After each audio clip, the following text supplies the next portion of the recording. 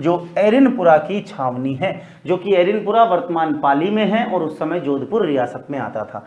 यहां विद्रोह हुआ दोस्तों 21 अगस्त 1857 को। आप एक चीज देखिए कि यहां हम सीधा सीरियल वाइज एक साथ आगे बढ़ रहे हैं। अगर क्रांति हुई है तो क्यों एक ही तारीख के दिन ये सब नहीं हो गया? क्योंकि यही तो कमी थी हमें संगठन की उस समय पर, उचित नेतृत्व की। क्रांति हमने शुरू की लेकिन सब जगह अलग अलग, अंग्रेजों को मौका मिल गया उस क्रांति को शांत करने का। अगर सब ने एक साथ एक ही दिन, जैसा कि पहले डिसाइड हुआ था 31 मई का दिन, अगर वही एक दिन अगर चुनकर और उस दिन क्रांति होती तो शायद उसका प्रभाव कुछ ज्यादा पड़ता। क्रांति की असफलताओं का एक कारण यह भी था कि क्रांति समय से पहले ही, जो पूर्व निर्धारित समय से पहले ही प्रारंभ हो गई और सब जगह अलग अलग समूहों पर हुई। हम अभी देखा हमने 29 मार्च बैरकपुर, फिर उसके बाद 8 अप्रैल को मंगल पांडे फांसी, फिर उसके बाद सभी घटनाएं 1857 में हो रही हैं। उसके बाद 10 मई को मेरठ छावनी, फिर 28 मई को नसीराबाद राजस्थान में शुरुआत हुई, फिर 3 जून को अभी हम हमारे नीमच छावनी में देख के आए, और अब यहां आ गया 21 अगस्त एरिनपुरा की छावनी। नेतृत्व कर रहे हैं तिलकराम, शीतल प्रसाद और मोती खान नामक जो सिपाही हैं यहां पर इस छावनी में। ये लोग इस छावनी के विद्रोह का नेतृत्व कर रहे हैं। हुआ क्या है और क्या महत्वपूर्ण है इस छावनी में, देखिए। एरिनपुरा से विद्रोह करके ये लोग जो हैं वो यहां पर तैनात थी जोधपुर लीजियन। बता दूंगा आपको थोड़ा सा, जोधपुर लीजियन जिसकी स्थापना 1835 में हुई थी। ठीक है, तो जोधपुर लीजियन यहां तैनात थी और एरिनपुरा के ये जो सिपाही हैं, ये जो विद्रोही सिपाही हैं, ये विद्रोह करने के बाद चलो दिल्ली मारो फिरंगी का नारा देते हुए, क्या नारा देते हुए? चलो दिल्ली मारो फिरंगी।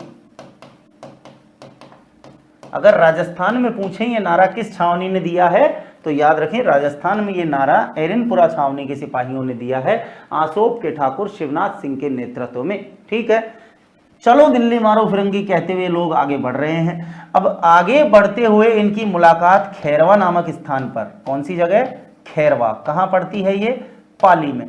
खैरवा पाली में इनकी मुलाकात होती है आउवा के ठाकुर कुशाल सिंह से। आउवा के ठाकुर कुशाल सिंह से इनकी मुलाकात होती है और कुशाल सिंह इन्हें समझाते हैं कि भाई हम अलग अलग अगर लड़ेंगे तो परिणाम जो है वो हार ही होगा। जोधपुर के राजा और अंग्रेज भी तो एक साथ मिलकर लड़ते हैं, तो क्यों नहीं हम भी एक साथ मिलकर लड़ें। और यहां खैरवा पाली में मुलाकात के बाद इस एरिनपुरा छावनी के विद्रोही सिपाहियों का नेतृत्वकर्ता बन गए कौन? आउवा के ठाकुर कुशाल सिंह, जिनका खुद का झगड़ा चल रहा था किससे? जोधपुर रियासत के राजा महाराज तख्त सिंह के साथ। किस प्रश्न पर लेकर? बिथोड़ा के उत्तराधिकार प्रश्न पर। बिथोड़ा एक ठिकाना था जिसकी वजह से जोधपुर रियासत के राजा से इनके संबंध जो है थोड़े से खराब चल रहे थे इस समय पर। बिथोड़ा के उत्तराधिकार पर जोधपुर रियासत से नाराज, या जोधपुर राजा से नाराज। ठीक है, जोधपुर के राजा ने बिथोड़ा का नया जागीरदार जो है सेलेक्ट किया, नॉमिनेट किया ठाकुर कांजी को, और उस ठाकुर कांजी की हत्या कर दी किसने? आउवा के ठाकुर कुशाल सिंह ने। ले भाई मैंने मार दिया, बना दे, अब इसको कैसे बनाएगा देखें जो बिथोड़ा का नया जागीरदार। तो इन दोनों में कुछ खींचतान चल रही थी और इसी समय पर यहां एरिनपुरा के विद्रोही सैनिकों की इनसे भेंट हो गई। दोनों मिलकर एक हो गए हैं। अब इस क्रांति का नेतृत्व कर रहे हैं आउवा के ठाकुर कुशाल सिंह। देखो मैंने आपको बताया अभी शुरुआत में इसी क्लास में कि एक सही गाइडेंस, एक सही मैनेजमेंट जरूरी है। अगर एक सही गाइडेंस मिल जाता है तो देखिए क्या परिणाम निकल के आते हैं। अब तक हमने 2-3 छावनियां पढ़ी, कुछ नहीं हुआ। मंगल पांडे, बैरकपुर, मेरठ, कोई खास विशेष प्रभाव नहीं पड़ा। अब राजस्थान की इस छावनी को एक सही नेतृत्व मिल रहा है, किसका?